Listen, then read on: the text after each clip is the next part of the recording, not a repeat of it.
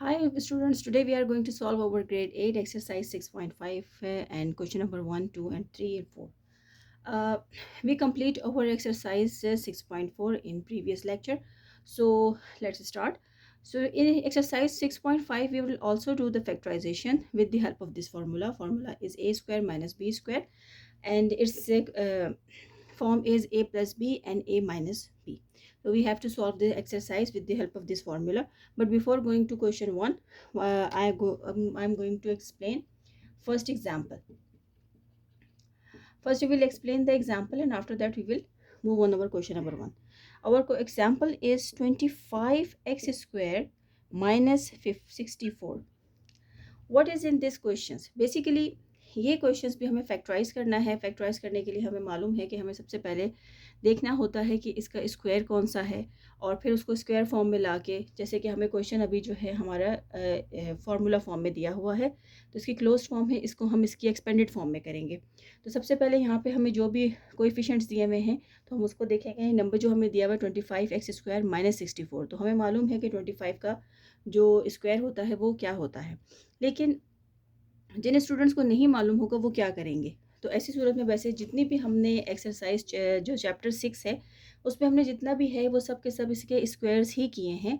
लिहाजा अब स्टूडेंट्स को जो है वो आइडिया हो गया होगा। लेकिन फिर भी अगर किसी स्टूडेंट को कोई प्रॉब्लम है इसको समझने में तो इसका बहुत इजी हल है कि आप जो हैं इसके फैक्टर्स मालूम कर लें।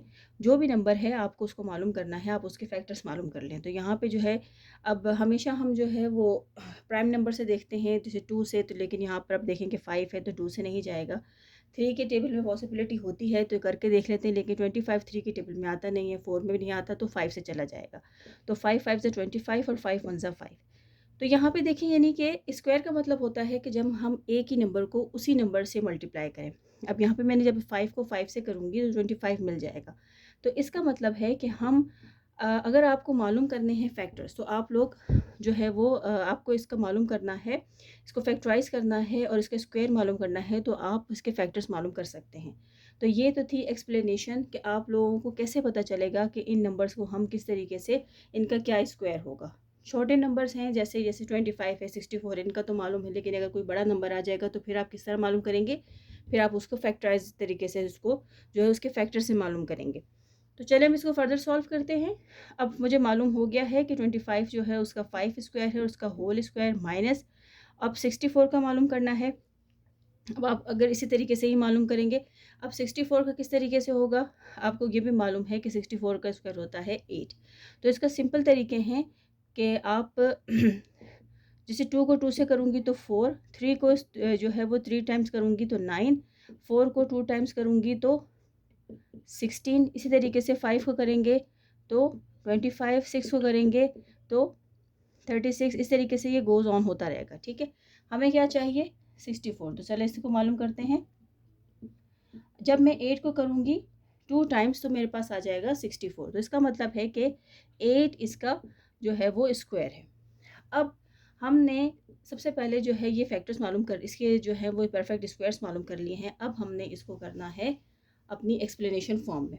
तो ये बहुत सिंपल तरीका है कि हम 5x प्लस 8 एक मरतबा जो है वो पॉजिटिव के साथ लिखेंगे और 5x प्लस 8 एक दफ़ा नेगेटिव के साथ लिखेंगे।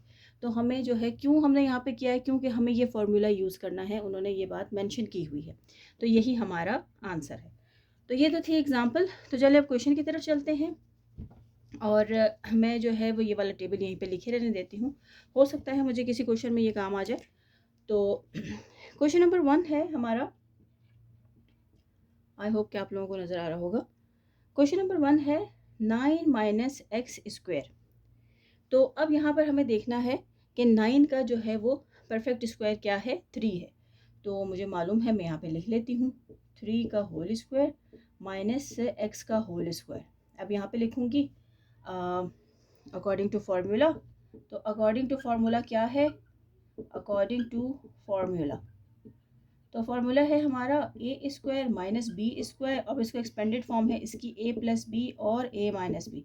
अब अगर यहाँ देखें तो ये हमें इस फॉर्म में मिला हुआ है, हमें इसको फॉर्म में लिखना है। तो यहाँ पे मैं 3 जो है वो 3 स्क्वायर माइनस एक्स स्क्वायर जो है इसको लिखती हूँ 3 प्लस एक्स और 3 माइनस एक्स। तो यही इसका आंसर है। आई होप कि आप लोगों को समझ में आया होगा। ये सिर्फ और सिर्फ मैंने आप लोगों को बताने के लिए, क्योंकि ये चीज़ जो है यहाँ से आ रही है हमारे पास, ठीक है। अगर आप लेहिम भी लिखते हैं, यहाँ पर सिर्फ इक्वल की साइन लिख देते हैं, तो इसका मतलब भी यही है कि आपका क्वेश्चन साथ में चल रहा है। तो नेक्स्ट क्वेश्चन की तरफ चलते हैं। क्वेश्चन नंबर 2 देखते हैं। -6 प्लस 6y²। अब यहाँ पर अगर देखें हम, तो यहाँ पर हमें कोई चीज़ें जो है वो कॉमन फैक्टर भी बाजू का निकल आता है। फैक्टराइज में आपको दो ही बातों का जो है वो ख्याल रखना है कि सबसे पहले क्वेश्चन को आपने देखना है क्या कोई कॉमन फैक्टर है। अगर है तो आप उसको बाहर निकाल लें और उसको कॉमन फैक्टर ले लें, और अगर नहीं है तो फिर आप अपने फॉर्मूले के मुताबिक उस क्वेश्चन को सॉल्व कर लें। तो यहाँ पर जो है हमारे पास 6 जो है वो कॉमन फैक्टर आ रहा है। अब यहाँ पे चूँकि माइनस की साइन है, इसलिए मैं माइनस का 6 बाहर ले लूँगी। अब यहाँ पर कुछ नहीं बचा, ठीक है, यहाँ कुछ नहीं बचा। अब यहाँ पे मैं लिख लेती हूँ कॉमन फैक्टर, क्योंकि बाज़ औक़ात जो है वो स्टूडेंट्स भूल जाते हैं। प्लस माइनस, अब देखें यहाँ पे ये माइनस की साइन है, ये प्लस की साइन है, आपस में मल्टीप्लाई हो रही है, तो माइनस प्लस माइनस आ गया यहाँ पे। अब यहाँ से चूँकि 6 हमने यहाँ से भी निकाल लिया है, यहाँ से निकाली, यहाँ पे सिर्फ y² बच गया है उस तरीके से। तो अब सबसे पहले तो हमें इसको स्क्वायर फॉर्म में लेकर आना है, क्योंकि अभी ये 1 स्क्वायर फॉर्म में नहीं है। तो देखिए 1 एक ऐसा डिजिट है कि जब हम उसका स्क्वायर लेंगे तो हमारे क्वेश्चन पर कोई फ़र्क नहीं पड़ेगा, यानी कि 1 का स्क्वायर 1 ही होगा। तो हमें मैथ्स में हमने इस तरीके से कोई भी नंबर लेना होता है कि हमने अपने क्वेश्चन को चेंज नहीं करना, हमने खुद से कुछ ऐड नहीं करना, हमने खुद से कुछ सब्सट्रैक्ट नहीं करना। हाँ, आप अगर कुछ ऐसा काम कर सकते हैं कि जिससे आपके क्वेश्चन में कोई चेंज नहीं आता, तो वो आप काम कर सकते हैं। जैसे कि यहाँ पे मैं 1 का स्क्वायर ले लेती हूँ, तो 1 का जब मैं स्क्वायर लेती हूँ तो देखें ये मेरे पास इस तरीके से हो गया है। तो ये इसमें मेरी कोई तब्दीली नहीं आएगी। अगर 1 का स्क्वायर भी मालूम करेंगे तो 1 का स्क्वायर भी नो कि 1 ही होगा। तो अब इसको फर्दर जो हमारे क्वेश्चन जो है वो उस फॉर्म में आ गया है। तो अब यहाँ पे मैं फार्मूला लिख लेती हूँ, a² - b² is equals to a + b और a - b। अब इसी फॉर्म को यहाँ पर किस तरीके से लिखते हैं, -6। अब इसको मैं एक मरतबा जो है वो प्लस के साथ लिख लेती हूँ, 1 + y, और एक मरतबा माइनस के साथ 1 - y। तो ये हमारा आ गया है अपने क्वेश्चन नंबर 2 का आंसर। तो यहाँ पे लिख लेते हैं। तो आई होप कि आप लोगों को समझ में आया होगा।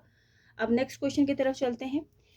सबसे पहले जब कभी भी क्वेश्चन सॉल्व करेंगे तो क्वेश्चन सॉल्व करने से पहले आपने लाजमी देखना है, उसमें एक ही चीज़ आपने जो है वो सबसे पहले जो है वो दो बातों का ख्याल रखना है। एक, सबसे पहले आपने कॉमन फैक्टर देखना है, और दूसरी बात फिर आपने देखना है कि आया यहाँ पर जो है वो क्या हम किसी नंबर को, अगर जैसे यहाँ पे हमें 1 दिया हुआ था, तो हम अगर 1 को खुद से बनाएंगे स्क्वायर तो उस पर कोई फ़र्क नहीं पड़ेगा। तो लिहाजा आप लोगों ने खुद से कुछ ऐड और सब्सट्रैक्ट नहीं करना है।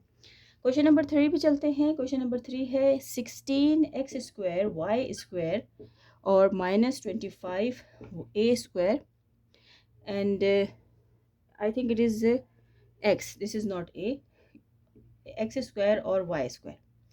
तो चलिए इसको सॉल्व करते हैं। अब यहाँ पर हमें मालूम है कि ये फार्मूला के ऊपर फुल बैठ रहा है, और यहाँ पे 16 का भी हमें जो है स्क्वायर का पता है, 25 का भी स्क्वायर का हमें पता है, तो हम यहाँ पे फ़ौरन से ले लेते हैं।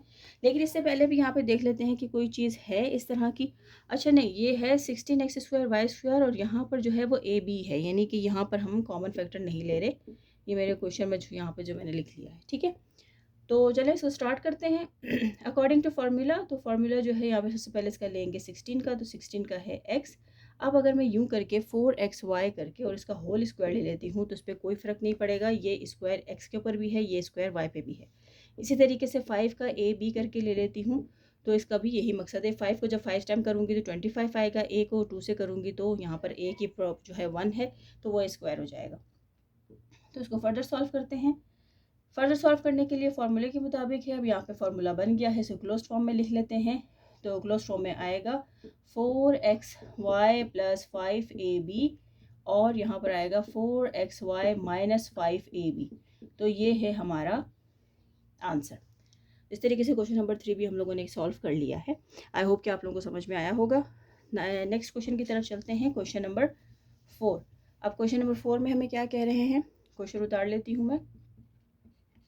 क्वेश्चन नंबर 4 है हमारा x³ y - xy³ तो यहाँ पर सबसे पहले यहाँ पर हम जो है वो एक कॉमन फैक्टर निकाल सकते हैं क्योंकि यहाँ पर जो है एक्स भी है और वाई भी है। यहाँ पे एक्स 3 है, यहाँ पे 1 है, तो हम जो है वो लीस्ट नंबर ही निकालते हैं। यहाँ पे वाई 1 है, यहाँ पे 3 है, तो 1 ही निकालेंगे। यहाँ पर सिर्फ एक्स स्क्वायर बच गया, यहाँ पर माइनस की साइन आ गया, यहाँ पे सिर्फ वाई स्क्वायर बच गया है। अब ये जो है आ गया है हमारा कॉमन फैक्टर की फॉर्म में, लिहाजा हम लिखेंगे अकॉर्डिंग टू फार्मूला है हमारा जो हमने यूज़ करना है, जो हमें टाइप बताई है वो है A square minus B square is equal to A plus B और ए माइनस बी। लिखते रहा करें साथ में ताकि जो है वो इजी हो जाए क्वेश्चन समझना और करना। एक्स वाई आ गया यहाँ पर। अब यहाँ पर देखें, मैं यहाँ पे स्क्वायर ब्रैकेट नहीं डालती, इसको ऐसे ही लिख लेती हूँ, एक्स प्लस वाई और एक्स माइनस वाई। तो यही हमारा आंसर है क्वेश्चन नंबर 4 का। तो आज देखें इस तरीके से हमने नई एक्सरसाइज स्टार्ट की थी 6.5, और इसमें भी हमें फैक्टराइज करना था, लेकिन फार्मूला जो है हमें इस बार A square minus B square is equal to A plus B और ए माइनस बी दिया हुआ था। इसके हमने तब 4 क्वेश्चन जो है वो सॉल्व कर लिए हैं। फर्दर क्वेश्चन इंशाल्लाह अपने नेक्स्ट लेक्चर में हम करेंगे। अगर आप लोग ने मुझे अभी ज्वाइन किया है तो प्लीज़ मेरे चैनल को सब्सक्राइब करें, मेरी वीडियोज़ को लाइक करें, अपने फ्रेंड्स के साथ ज़रूर शेयर करें। Thank you.